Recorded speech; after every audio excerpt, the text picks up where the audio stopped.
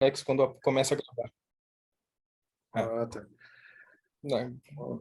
Vou começar aqui oficialmente, né? Então, boa noite, pessoal.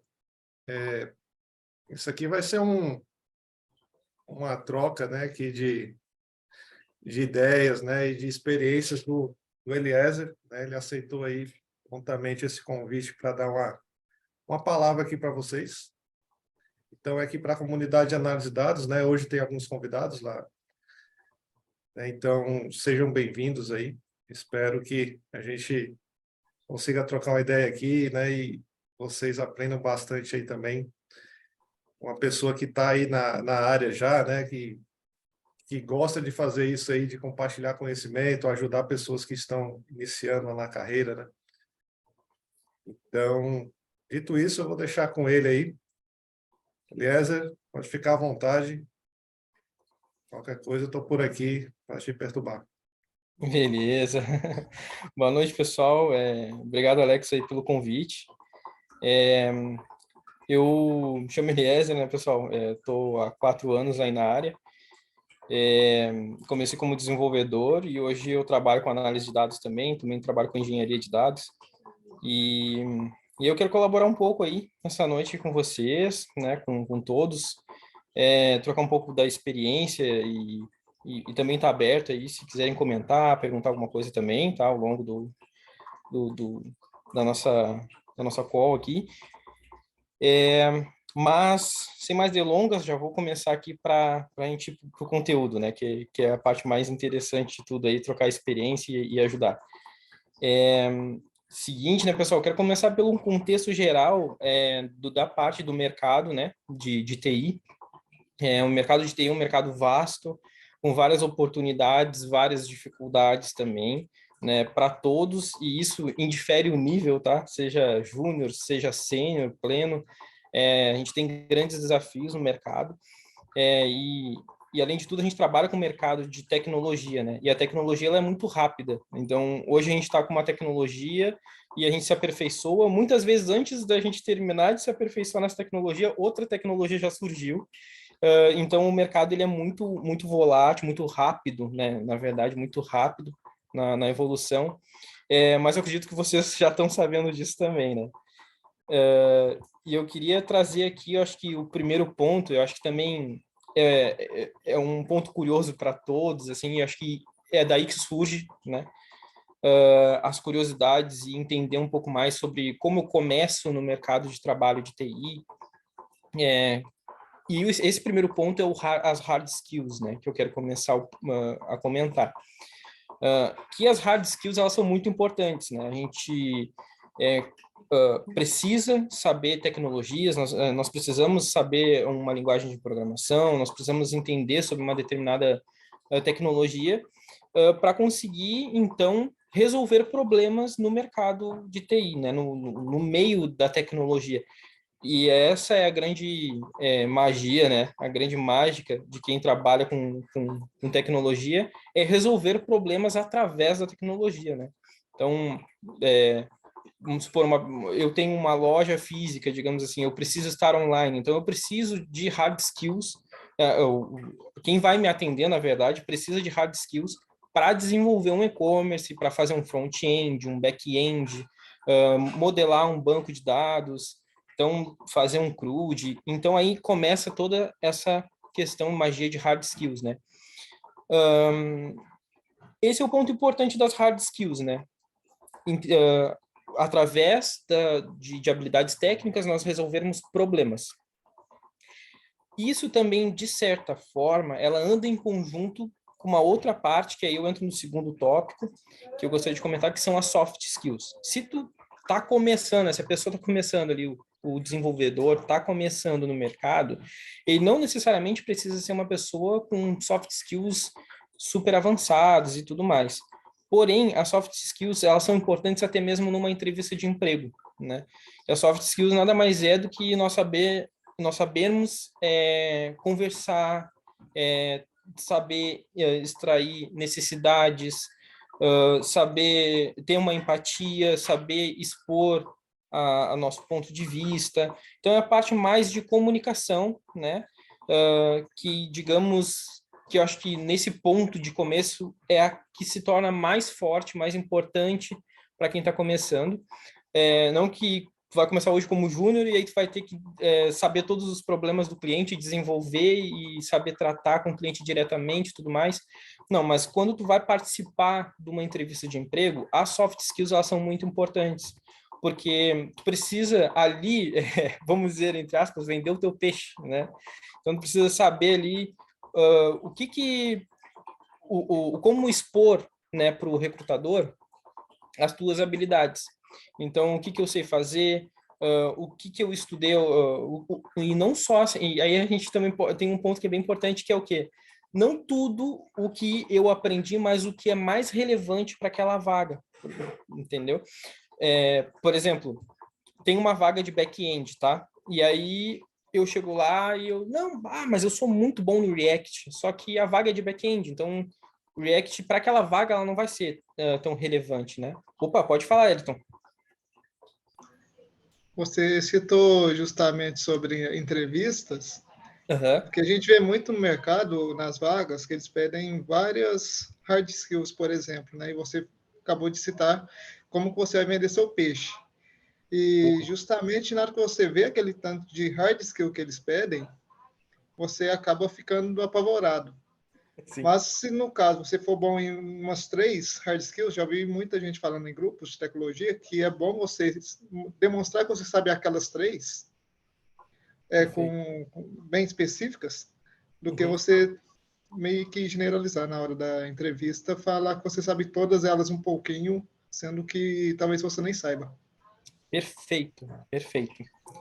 Isso é um ponto muito importante realmente na hora da entrevista de emprego, né? Isso que o Wellington comentou é algo que a gente precisa ter no nosso bloquinho de notas na hora que for fazer uma reunião, desculpa, uma entrevista de emprego, né? Então, porque isso é uma coisa comum que nós encontramos, e até esse, que nem o Wellington comentou, um tanque de hard skills, né? Às vezes o recrutador nem sempre ele vai saber exatamente o que ele precisa, mas quanto mais o cara souber, melhor, digamos assim, sabe? Então ele vai lá e ele meio que dá um, entre aspas, digamos, não é todos os casos, claro, né? Mas em alguns casos as pessoas dão Ctrl+C, Ctrl+V para assim, ó, pô, se o cara tiver nesse escopo, para mim é perfeito. Mas na verdade o que vai ser essencial para ele é que, sei lá, o profissional ele saiba Node, ele saiba MySQL, então isso são os pontos chaves para ele. Mas num contexto geral, né, para ele quanto mais souber melhor, digamos assim, né? Quanto mais o profissional souber melhor para aquela vaga. Mas isso que o Wellington comentou é super importante. Vamos supor que é uma vaga de back-end, tem uma lista lá, um tanque de hard skills, mas tu já sabe lá que o Node de back-end, que SQL vai também, de certa forma, trabalhar no back-end porque é banco de dados. Então, o que é importante? Se tu é bom em SQL, por exemplo, tu expor bem essa tua experiência com SQL, por exemplo, né? Ou com Node, né? Tem um comentário aqui do Wellington, né? Isso acontece realmente, né? Já aconteceu, já deu ver situações desse tipo às vezes tem um setor de RH que faz o recrutamento, só que ele não é da parte técnica, né? Então, ele vai fazer um pré-recrutamento, digamos, e aí depois ele vai fazer uma outra entrevista, digamos assim, que é mais técnica, que aí já é com o gestor técnico ou com o líder técnico, que é para realmente identificar se aquele profissional ele sabe aquelas habilidades que ele está comentando que ele sabe, né? Então, isso é perfeito que o Wellington comentou. Tá, pessoal? Pode falar, Iago. Outra coisa que eu gostaria de perguntar é que, tipo, no meu caso, né? No meu caso, eu estudo mais por conta própria, meio que no autodidata ali, né? Legal. O que que você acha, assim, mais válido? A questão de estudar tantos conteúdos, tipo, tantas tecnologias, ou focar mais em uma tecnologia só, em uma linguagem só? Ótimo. Perfeito. Eu entendo o Iago, né? Porque eu comecei assim, depois eu fui mais para cursos e hoje ainda faço minha faculdade, mas eu ainda vou muito no autodidata também. E isso é muito interessante, né? Porque o cara que é autodidata, ele faz aquilo porque ele gosta mesmo, ele quer descobrir. Então, isso é bem bacana. É, eu acho que aí, então, a gente pode entrar, até para responder o Iago, no próximo tópico que eu queria comentar, que é tendências e realidade, que entra nessa questão que ele comentou, né? Aí, tentando te responder, Iago, quando a gente entra como é que se fala, no mundo de TI para estudar, né? A gente entra ali naquela parte onde a gente quer se aprofundar, a gente vê várias tecnologias, inclusive, até como o Wellington comentou, um tanque de hard skills. Então, a gente fica pensando, o que eu vou fazer? É Node, é Postgres, é JavaScript, Java, enfim, diversas linguagens, Python e tudo mais. E para qual lado eu sigo, né? Eu acho que acontece? Existem tendências, o tópico que eu montei que é tendências versus realidade, né? Às vezes acontece tendências no mercado, né? No mercado que eu digo no contexto geral, tanto pessoas que estão naquele hype, né? Quanto a realidade é o que? É o mercado. Então, o que acontece? Muitas vezes surge uma linguagem, surge uma biblioteca, algo que está super em alta. Só que o mercado, naquele momento, ele não está tão necessitado daquela tecnologia para resolver problemas daquele tempo, sabe? A gente entra no há tempo para todas as coisas. Então, é, aí que existe esse ponto de o que estudar. Eu acho, na minha opinião, Iago, o que acontece? A gente precisa analisar o que o mercado necessita, e o que eu gosto de fazer, porque não adianta só estudar só o que o mercado necessita, né? Exato. Bom, Alex. O SQL, ele é atemporal, né? E isso é um ponto bem interessante que o Alex comentou. O SQL, um dia tu vai ter que usar. Não tem como não, né? Então, assim, isso é um ponto legal de mapear, coisas que são atemporais, né?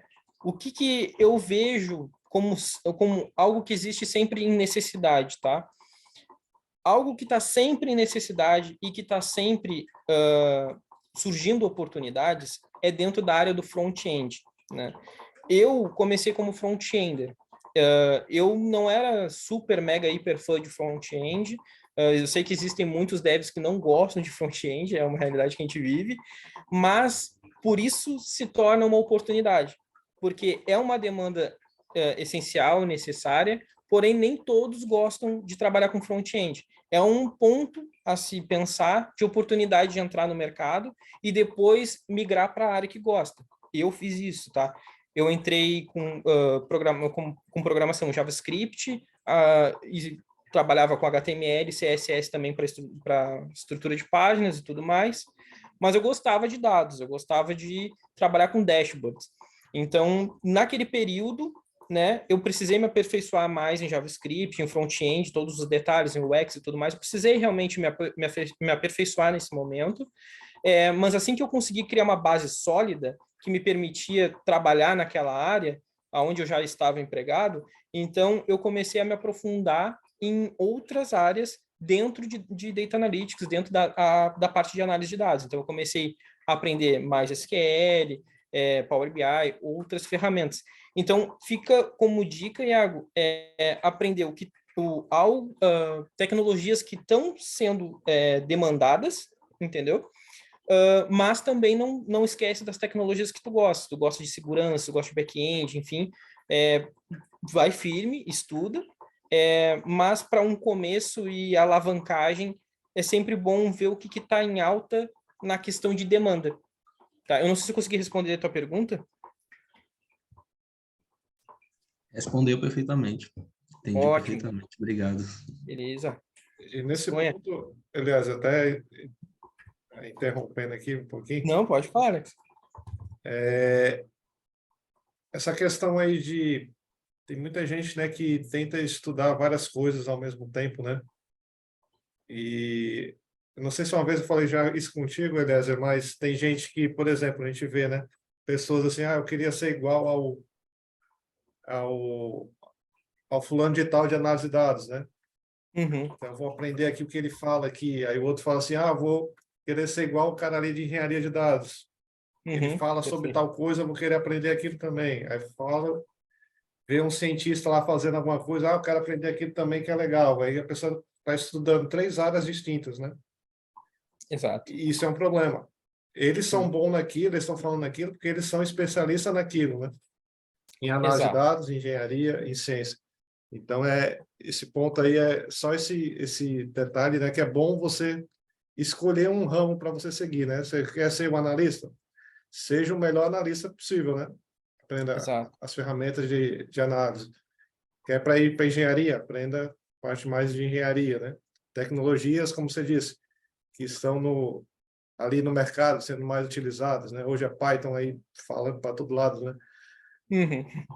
E ciência de dados também é Python e estatística, machine learning, essas coisas aí, né? Os algoritmos, né? Então, fica só esse ponto aí, né? De também focar os estudos, não tentar várias áreas, né?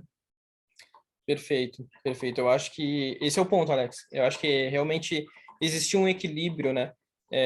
Essa questão do equilíbrio é o que nos ajuda a estar sempre se aperfeiçoando em TI, na real, porque existe demandas e existe o que a gente gosta, né?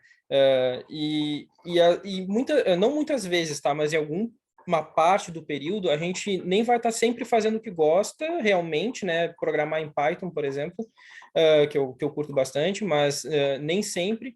Mas em algum momento vai surgir a oportunidade. Então é bom esse equilíbrio sempre de demanda com o que gosta, porque isso vai ajudar cada vez mais o programador, né, o profissional de TI, tá se aperfeiçoando. E daqui a pouco, automaticamente, já vai gerando outras skills que pode estar dentro do hard skills ou soft skills também, né? Perfeito. Perfeito. Eliton, tá com a mão levantada, quer comentar algo ou perguntar?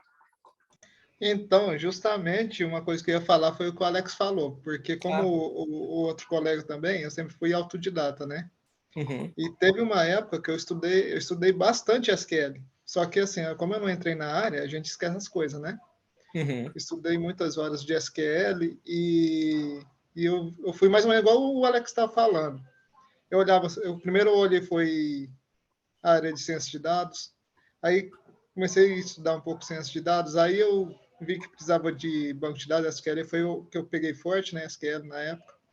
Aí você vê outra tecnologia, aí você vê, de repente começa a mudar tudo, eles querem engenheiro de dados, porque o cientista não consegue trabalhar se não tiver com os dados estruturados, né, e uma boa governança.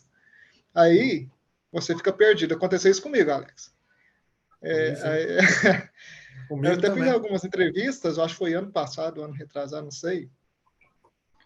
Na entrevista, duas coisas que eu percebi que eu não tinha.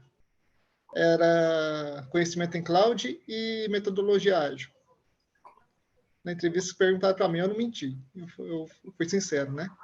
Aí eles mesmos deram feedback que cloud e metodologia ágil. Eu não tinha experiência nessas áreas. Depois disso, eu comecei a estudar algumas clouds.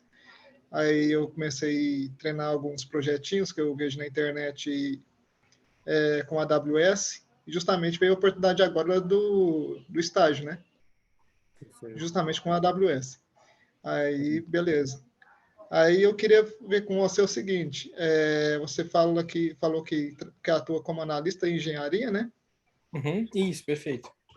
Pelo que eu vejo, para iniciar, você tem que ter uma forte base de SQL, agora Python, né? Também. E basicamente o framework, não sei se pode dizer, é uma ferramenta, né, de processamento distribuído, que é o Spark, junto com o Python, que é o PySpark. Você acha que esses três juntos já dá uma base forte? Na minha opinião, tá, Elton, eu acho que até o Alex depois vai poder colaborar também um pouco nessa parte. Na minha visão, sim, o Spark, ele normalmente está presente, tá? Só que aí entra na questão da questão de demandas, né? Ali até do que eu tinha comentado, do tendências versus realidade. Porque, por exemplo, eu O meu forte é a parte de análise de dados, tá? Eu trabalho com engenharia também por necessidade, e aí entra a parte da demanda. Então, eu acabo fazendo alguns processos de engenharia. Só que, por exemplo, eu trabalhei num projeto que tinha Python, Spark e SQL. Então, eu acabei aprendendo um pouco de Spark. Só que agora, nesse projeto que eu tô, é puramente SQL, mesmo dentro do processo de engenharia. Então, vai depender muito do que tem de demanda. Mas como base, eu acho que é ótimo, tá, Wellington, porque no caso, o Spark ele tende a estar presente nos processos de engenharia. Então, eu acho que é Certo. uma base legal. Até se o Alex quiser complementar aí. E uma cloud também, né? Isso, Hoje. perfeito.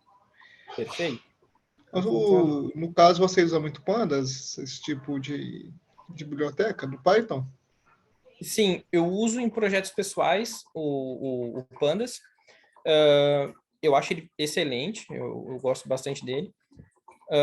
Eu indico Pandas também, mas se tu quiser, por exemplo, focar real em engenharia, o Spark ele ainda se sobressai um pouco do que o Pandas. Não digo em performance ou em código, mas em solicitações.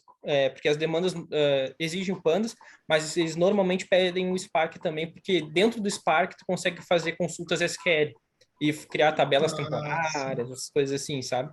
E, Então, como tu vai precisar trabalhar com um banco de dados junto, o Spark eles normalmente solicitam que pelo menos tu tenha um conhecimento em Spark. Então, eu acho que se tu aprender os dois, melhor. Mas eu acho que o sim, Spark sim. ele é uma base boa.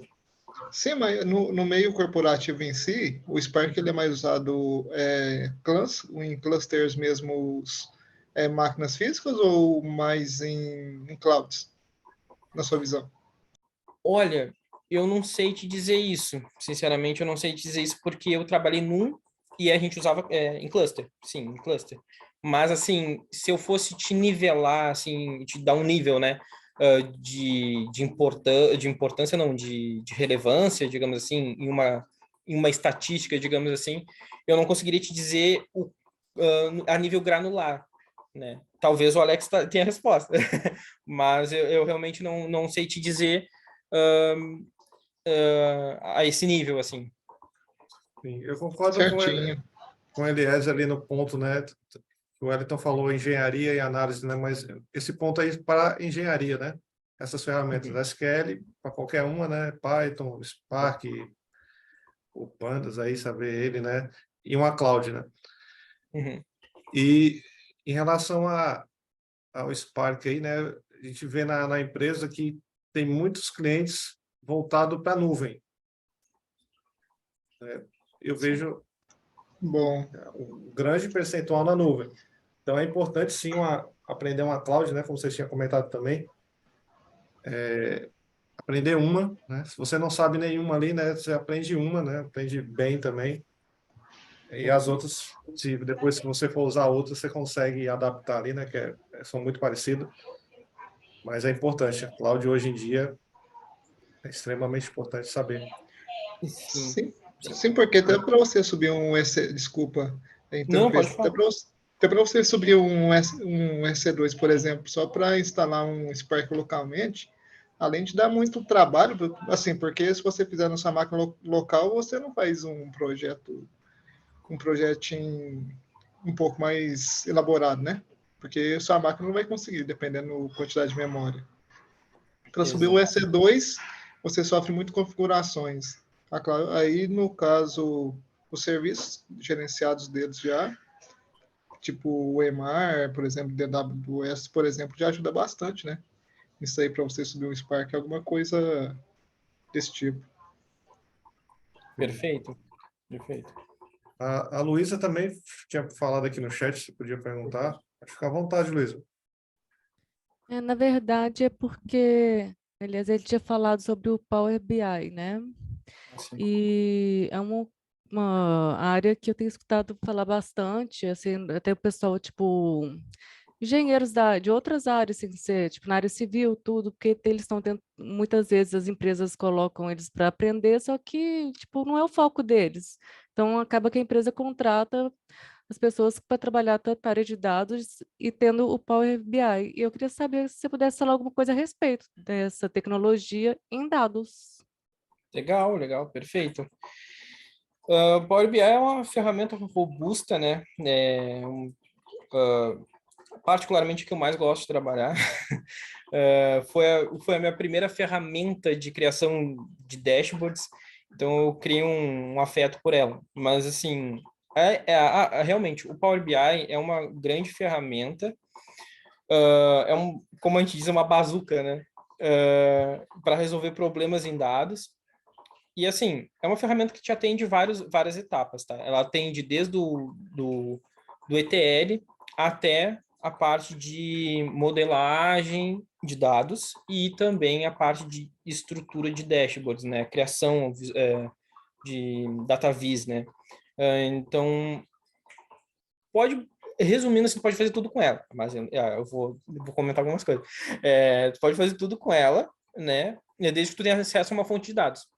Porém, tem um ponto. Se tu souber SQL, aí volta no ponto lá que o Alex comentou, se tu souber SQL, tu tem uma vantagem, né? Porque, normalmente, o que acontece? Quando a gente pega um Power BI, normalmente uma ferramenta de visualização de dados isso acontece, né? Nós consumimos os dados e a gente quer fazer tudo por ela, né? Tudo bem, o Power BI, por exemplo, ele permite isso. Só que aí isso impacta em performance, né? Então, dentro do Power BI, aí focando na ferramenta em si, pode fazer tudo isso que eu falei, visualização de dados, modelagem de dados, né, ETL, e tu consegue também disponibilizar o teu dashboard num servidor do Office 365 também, né, como um pacote das ferramentas Power. Então, tu consegue fazer também esse deploy, né, essa publicação desse dashboard e liberar o dashboard para outros usuários acessarem, visualizarem, consumirem aquelas informações. Aí eu não estou filtrando o plano, tá? Eu estou dizendo num contexto geral. Não estou considerando o plano. Pode fazer tudo isso. E também tem uma outra questão que o Power BI te permite fazer, que é o controle de acesso a nível de linha, segurança a nível de linha, na verdade. Que é, por exemplo, pessoas de um determinado setor podem visualizar apenas um dashboard. De outro setor, apenas o outro dashboard, né? Outra tela, outra página do dashboard, digamos assim. Então, tu consegue fazer essa gestão de dados também por meio do Power BI, tá? Isso é um contexto geral, assim. Tem mais alguma coisa assim, Luísa, que tu gostaria de tirar alguma dúvida ou alguma visão assim que tu Não, na gostaria? verdade é porque, na verdade é uma coisa nova para mim, sabe? Ah, Tipo, legal. Power BI, assim, eu ainda não tenho aquela noção aprofundada dele. Só Legal. que, como foi falado, e depois eu vi que tem uma relação com dados, porque quando me falaram de Power BI, eu estava começando o curso, eu não tinha muita noção mesmo. E depois eu vi que existe uma relação e tal, e aí é uma ferramenta que seria assim, quando tiver um tempo extra ou um pouco mais para frente, é uma ferramenta que seria bom eu acrescentar, né, no conhecimento. Sim, sim. O Power BI, ele é o que eu sempre, normalmente eu falo para as pessoas, né? O SQL é o primeiro, o Power BI eu sempre dizia, é o segundo. Hoje em dia, se tu tá fazendo um curso de Power BI, ótimo, isso vai te ajudar a entrar no mercado de trabalho, sim. Isso é indiscutível. Dentro do Power BI, tu pode programar também, tu pode colocar Python dentro do Power BI, tu pode colocar R dentro do Power BI, tu pode fazer muita coisa dentro do Power BI. Ele é uma ferramenta muito robusta, tá? Se essa ferramenta seria a tua primeira, Luísa, que tu tá aprendendo de dashboard, assim? Não, na verdade, ainda não estou com Power BI. Tipo, eu estou pensando em futuramente pegar algum curso para eu começar a aprender, porque eu estou com o estágio agora do Compass, né? Que Ah, ótimo. é SQL e tal, então agora eu estou focando nessa área, entendeu? Porque é uma Sim. área que eu estou gostando muito e eu quero ver se eu aprofundo mesmo. Legal, legal. Não era a área que eu imaginava, porque quando eu comecei o curso eu achava que estava curtindo mais a parte de front, mas Sim, depois eu acabei meio que, a minha base ainda é bem inicial, mas eu acabei gostando muito, sabe? sim. Então, eu penso em ficar nessa área. Então, futuramente, eu acho que seria uma coisa a acrescentar para mim, sabe? Sim. A tua trilha é bem parecida com a minha, assim. Se tu gosta de front, tu vai gostar de visualização de dados. Porque tu vai ter que usar elementos de UX, elementos de front-end, só que com as ferramentas de construção de relatórios, né? Eu, particularmente, acho uma ótima opção começar pelo Power BI. Então, Opção... quando eu tiver, primeiro agora focar realmente no estágio, né? Mas depois, porque realmente não tem, né, Alex? Não tem como falar que é pesadinho, né? A gente tem que estudar Sim. bastante e tudo.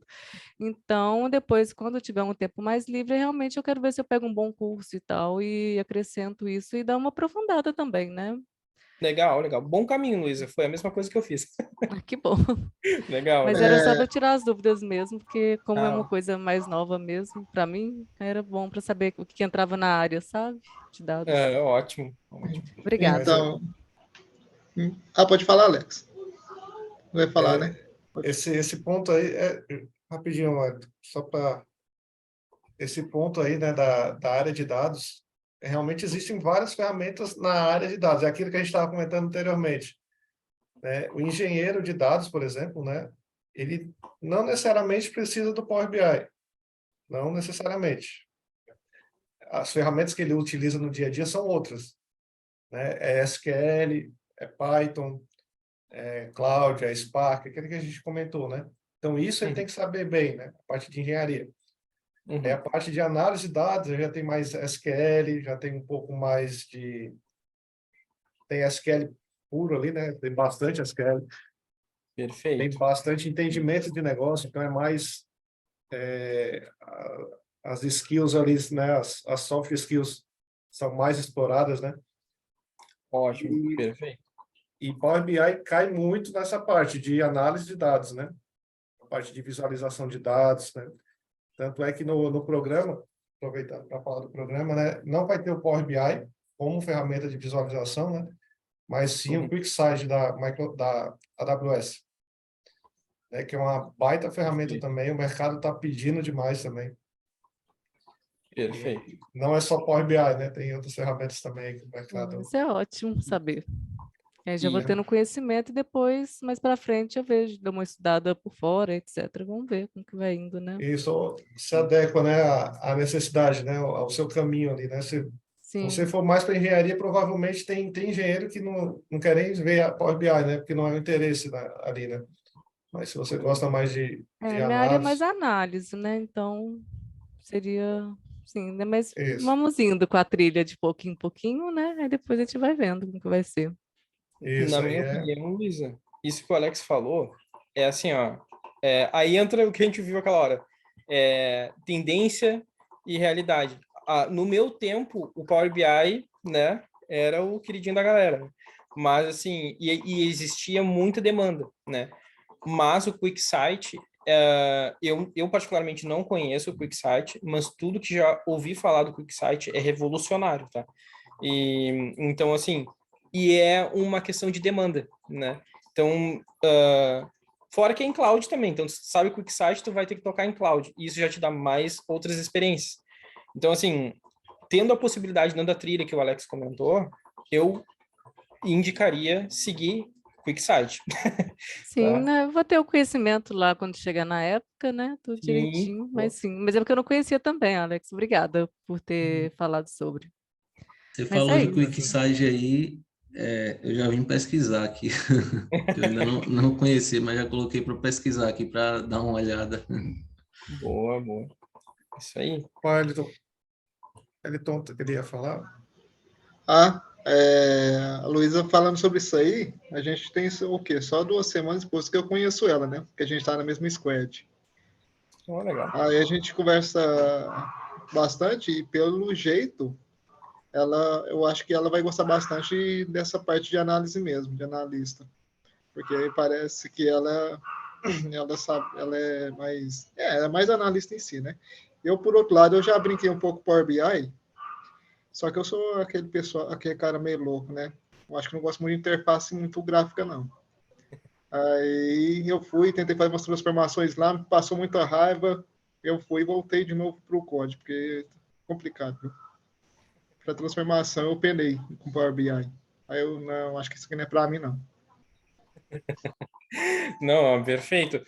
Eu acho que um outro ponto, até puxando o gancho do Alex ali sobre SQL, o SQL é uma ferramenta que particularmente vai precisar mesmo, sim, independente se for usar o Power BI ou o QuickSight ou qualquer ferramenta de visualização de dados, porque a gente precisa modelar uma tabela para um tipo de gráfico, ou muitas vezes a gente precisa modelar, muitas vezes não, sempre, a gente precisa modelar os dados num pré-processamento, digamos assim, né? Porque às vezes a gente tenta fazer dentro da ferramenta e a ferramenta fica muito lenta.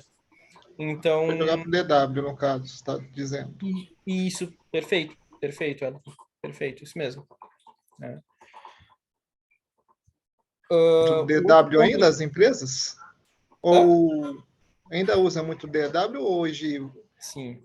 tipo um DW... Data Lake já extrai direto do Data Lake e transforma depois? Tipo o EL. Isso, assim, o que acontece? A gente tem várias camadas, né? A gente tem o Data Lake joga para dentro do DW, dentro do DW a gente divide os datamarts. Então, esse padrão sempre está presente num projeto ali de análise de dados. Sim. Sim, porque eu já vi um pouco diferente. Uhum. Tipo um projetinho que eu fiz bootcamp, eu já pego diretamente do S3, por exemplo, os dados eu transformo e jogo dentro do S3. Aí depois eu já vou e pego, por exemplo, o Atina. O Atina já faz a leitura direto do S3, sem precisar de um DW. Sim, sim. Aí tu faz tipo um data lake direto pro Athena, no caso. Isso, para fazer as consultas lá. Uhum. Mas a questão aí é que Opa, desculpa. Não, pode falar, Alex, pode falar, por favor. Essa questão aí, né? Porque o Data Lake, ele como diz ali, né? Um lago de dados, né? Então, ali tem dados. Né? É como se fosse o bloco de dados, mas o DW é outra coisa. O DW é uma modelagem que você otimiza ali aquele dado para consulta.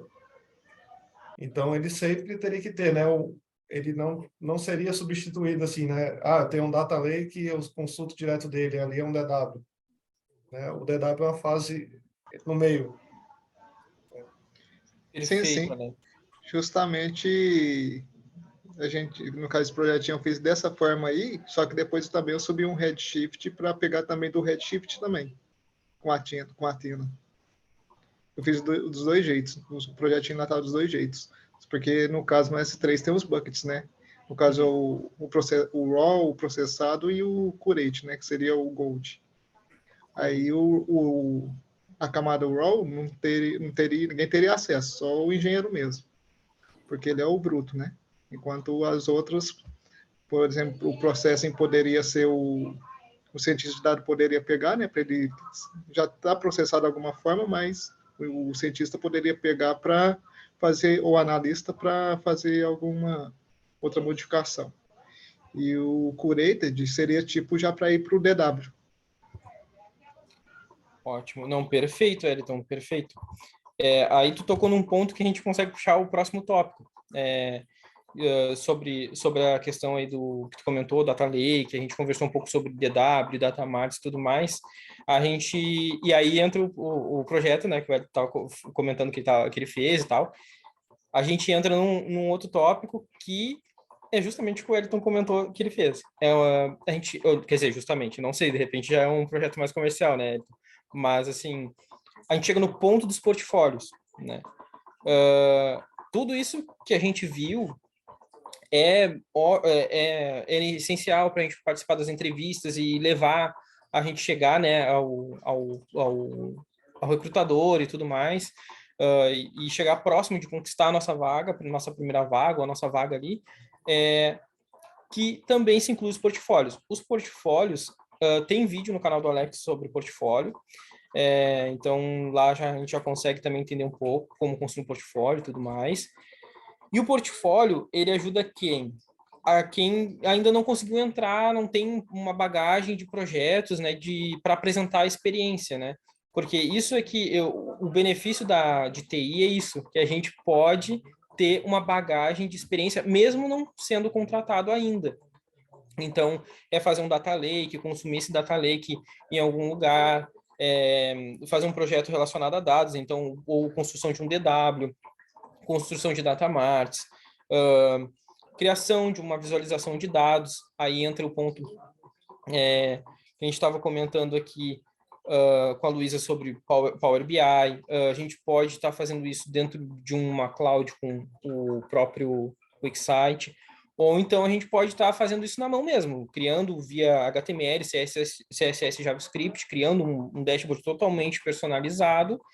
E também tem uma ferramenta muito interessante, que é a Looker Studio, né, antigo Dot Studio, que ela é gratuita, e também tu podes montar um Data Lake, um DW, Data Marts, conectar no Looker Studio e criar relatórios pelo Looker Studio. É uma ferramenta da Google, gratuita, que eu utilizo ela nos meus projetos. Eu trabalho com o Google Cloud Platform, então a gente trabalha com todo o GCP, né?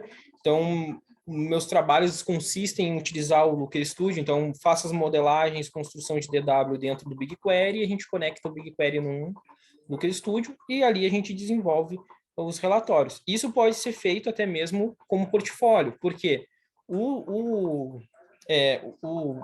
BigQuery tem a versão standard, e essa versão standard, ela é free, e tu tem acesso ali a bases de dados que o próprio Google te disponibiliza, ou pode conectar dentro do próprio BigQuery uma planilha do Google, por exemplo, ou então fazer uma conexão.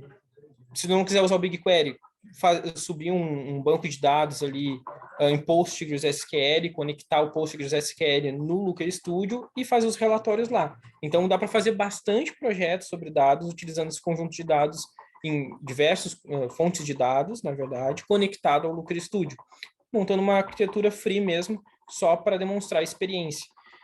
E aí, no portfólio, bacana é o quê? Quanto mais tu mostrar as tuas hard skills, então, por mais que tu não suba isso num Heroku, mas que tu construa, né, isso de fato, e exponha o teu projeto a nível técnico, né? Então, tu vai apresentar ali os teus códigos, toda a estrutura de back-end, estrutura de front-end, explicar, documentar, colocar no GitHub, e aí vocês vão criando o portfólio. Esse portfólio que vocês vão criando, isso vai cada vez mais dando bagagem para vocês. Seja isso já quem está trabalhando ou não, quanto mais rico o portfólio for, mais experiência vocês estão demonstrando. Isso ajuda os recrutadores, quando encontram o teu perfil, a pessoa já te chama na certa. Pô, vi teu perfil aqui, gostei do teu perfil, queria te propor uma oportunidade.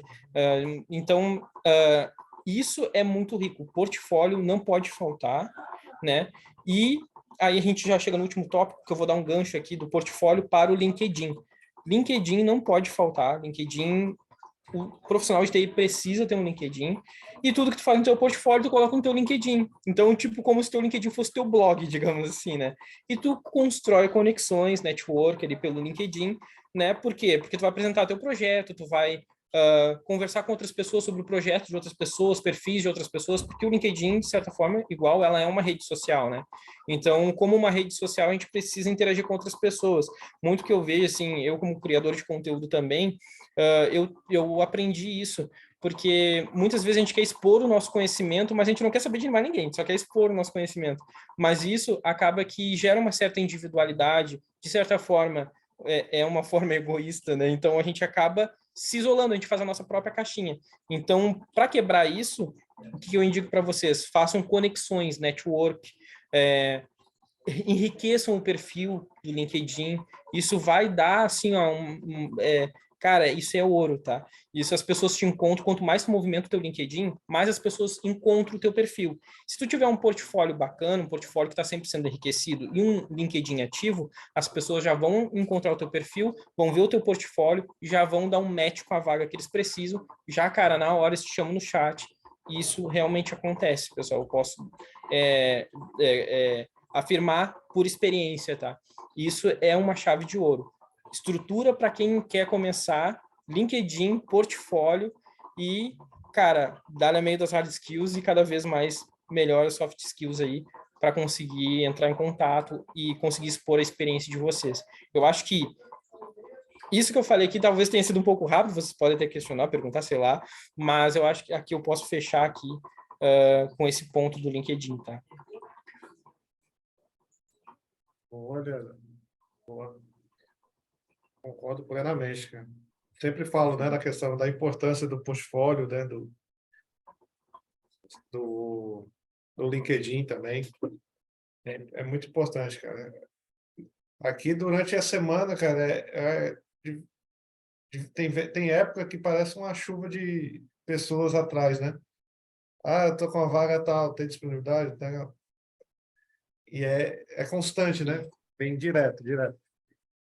Pessoas ali que você nem conhece, né? Mas você se conecta por ser pessoas tem vez de RH ou pessoas da mesma área, né? Que você acaba se conectando com pessoas da mesma área e surge essa oportunidade, você vai ver o seu trabalho ali quando compartilha conteúdo também, né? E isso é um network tremendo, né?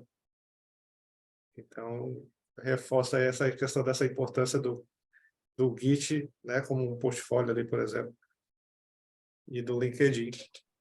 Perfeito, Alex. Eu até coloquei no chat aí o meu canal do YouTube aí, né, com a permissão do nosso mestre Alex.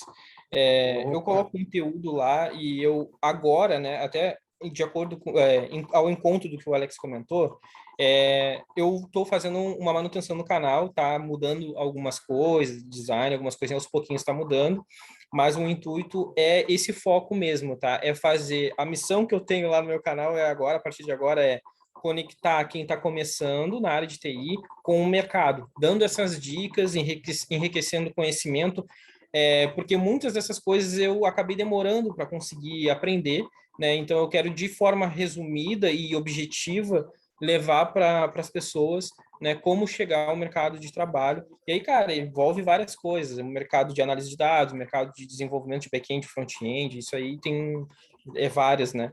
Então, basicamente, é isso ali. No meu canal, a partir de agora, esse vai ser o objetivo ali, de estar ajudando a todos no mercado de trabalho mesmo. E também quem já está, né, cada vez mais se aperfeiçoar, assim como eu também todos os dias busco me aperfeiçoar ali também. E essa questão de busca também de conhecimento é constante, né? Você está ali e está sempre aprendendo, né? Principalmente nessa área de dados, né? Todo dia é uma coisa nova. Você tinha comentado lá no comecinho, né? Você aprende uma coisa que hoje, amanhã já é outra, né? Também um ponto que eu ia comentar aqui, lá do comecinho que você tinha falado, desse ponto, né? De ferramentas que surgem e vão embora muito rápido, né? Então, sempre é importante você aprender um conceito, né? Conceito de SQL, conceito de programação, conceito de ciência de dados ali, dos algoritmos em si. Ferramenta é hoje, não é amanhã, né? Hoje, o que está mais em cima lá, mais em alta é o Power BI, mas daqui uns dias pode surgir outro aí, né? E tudo isso, né, Alex, aí na parte conceitual, que nem estava comentando, todo o conceito dessas ferramentas, elas surgiram pelo SQL, né? Exato. Porque se a gente souber SQL, a gente vai saber modelar um dado dentro do Power BI, dentro sei lá, do QuickSight, dentro do Looker Studio, porque os relatórios eles surgiram pela necessidade de construir gráficos baseados em dados. Então, e os dados, a modelagem toda surge a partir do SQL, né? Então, Isso. aprendendo o conceito, é como você falou, cara, é bem isso. Aprender o conceito, o cara vai voar, realmente. Ferramenta é o de menos, né? Ferramenta se aprende muito fácil. Ah, É... Oi, pode falar. não, só concordei com o Alex ali. Ah, tá. Vocês falando de ferramentas, de conceitos, fazer outro questionamento aqui, perguntar outra coisa aqui para vocês. No caso, o SQL, ele é bastante usado em sistemas OLTP, né? No caso, transacionais. Também, e para analítico, né? Claro. Não, mentira, para analítico, falei errado. Desculpa. Transacionais só para criar, modificar, dar um update. No caso, quando você vai para um modelo de DW, que no caso é dimensional, é usado muito o SQL também? Sim, é a base dele também, né? Você monta um DW através de SQL, né? Aquelas tabelas fatos, aquilo tudo lá também fazem as consultas através do SQL também, é isso? É tudo SQL, isso. Ah, sim. Perfeito. SQL é a base.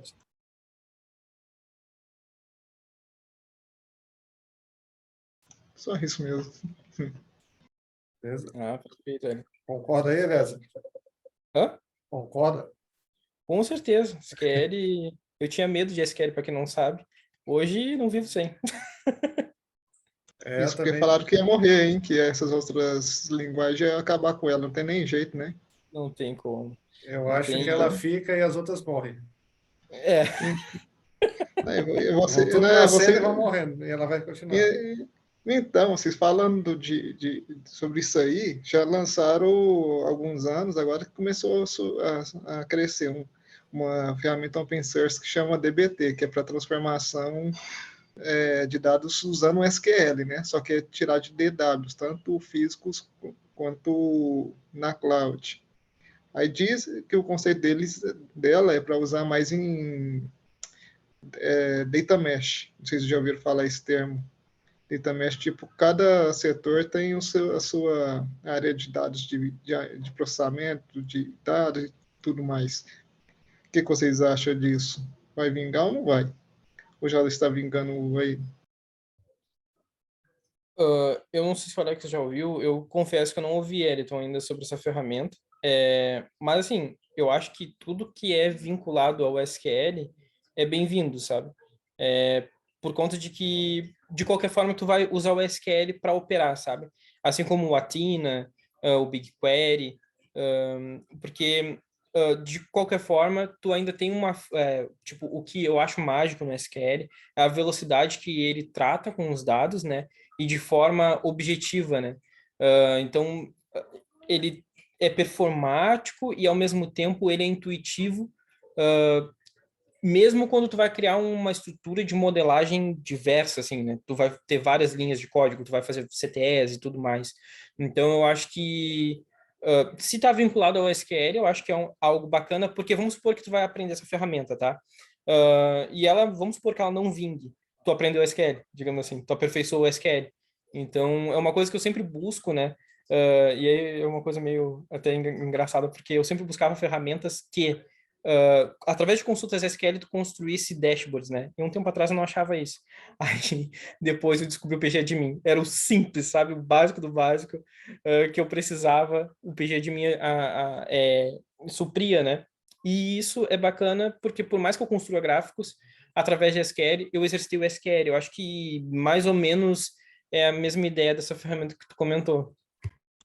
Sim, sim. Justamente parece que eles fazem integração com uma tecnologia que chama Ginger, que parece que é de CI/CD. Você usa o Ginger junto com SQL, com algumas modificações, parece. Aí o conceito deles é para usar em data mesh, né? Em cada departamento ter um time de dados para fazer processamento, análise, para tirar um pouco da carga do engenheiro, né? Aí eu não sei se isso vai vingar. Mas esse ponto, o DBT é uma ferramenta, né? Existem várias outras, né? Mas essa questão de transformar dados aí, né? E o data mesh, realmente a ideia dele é dividir por áreas, né?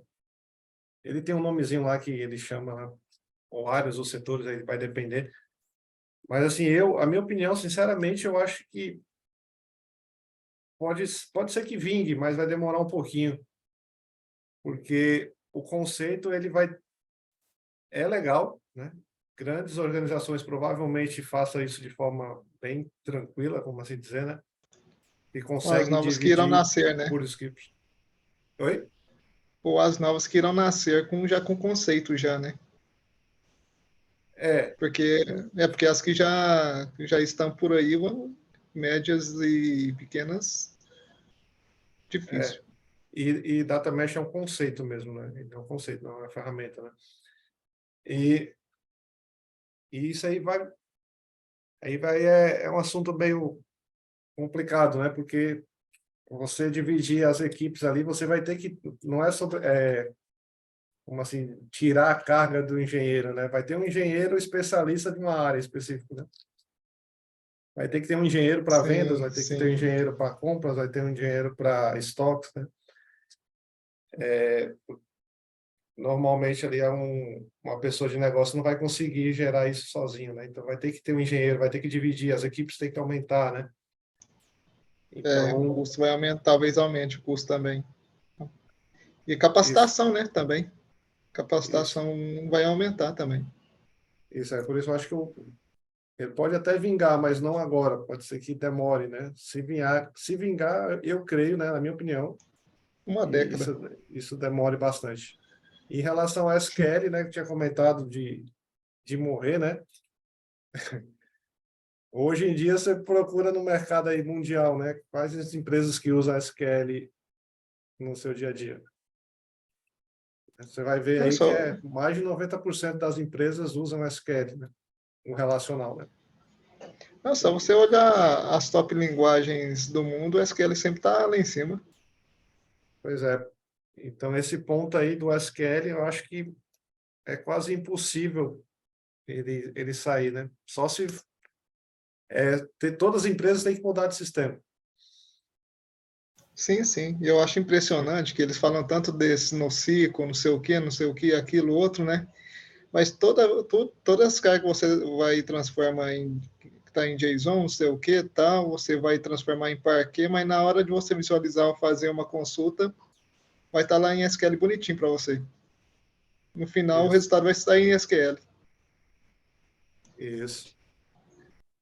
Só um Mas é, ponto, Alex, até para complementar uma questão até do que o Wellington acabou de falar aí. É, por exemplo, um dos meus trabalhos é consumir um NoSQL e modelar ele para um banco relacional. Né? No final, a estrutura dele é um banco relacional, né? Para que a gente possa, então, a partir dali, ter uma camada enriquecida, a partir dali, criar uma camada enriquecida e trabalhar com análise em cima.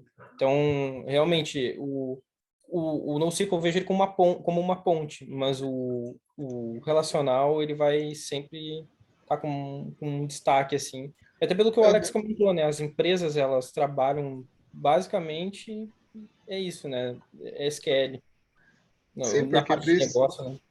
sim, porque o valor justamente é relacional. Lá na ponta tem que sair o relacional, não tem como, né? Como que o cara de negócio, o analista vai ficar lendo aquele tanto de linha lá que não faz sentido nenhum, né?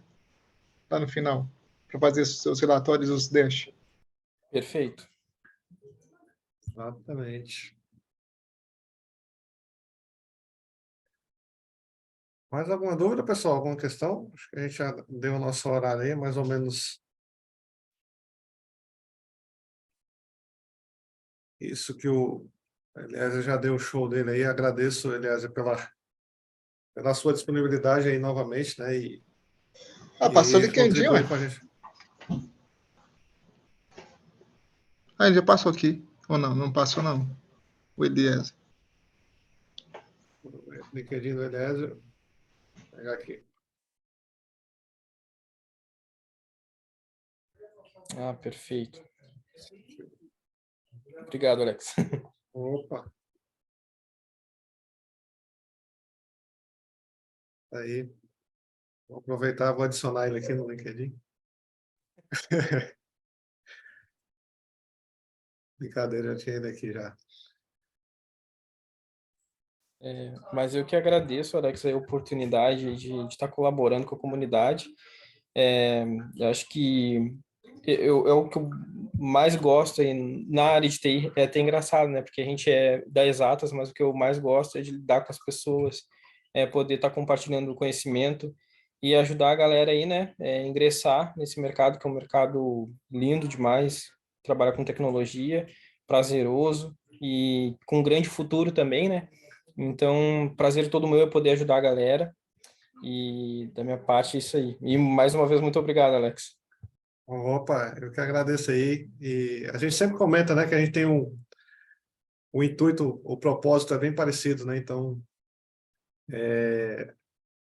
essa parceria aí vai aumentar e já vai ficar aí futuramente, né? A gente vai ter uma outra conversa aqui com o Eliezer, mais voltada a outros assuntos aí, né? Mais técnico, como assim dizer, né? E também já está aberto aí o convite. Logo ele retorna aí. E seria isso, pessoal. Espero que vocês tenham gostado aí dessa troca. Valeu aí a interação. Isso aí foi bacana demais. Deixa o papo mais rico, né? Foi bem legal aí. Valeu aí quem interagiu e quem não interagiu também, né? Quem interagiu aqui no site, ó, no chat aqui. Beleza?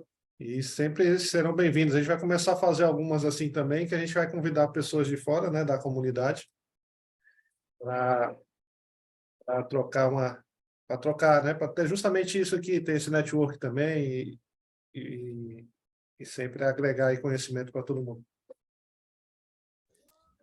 Valeu também, pessoal. Obrigado aí. Obrigado, Alex. Obrigado aí a todos que colaboraram, todos que estiveram aí no chat, que interagiram e tudo mais. E obrigado pela presença de vocês aí também. A gente que agradece, né? É sempre bom adquirir conhecimento, né? Ainda mais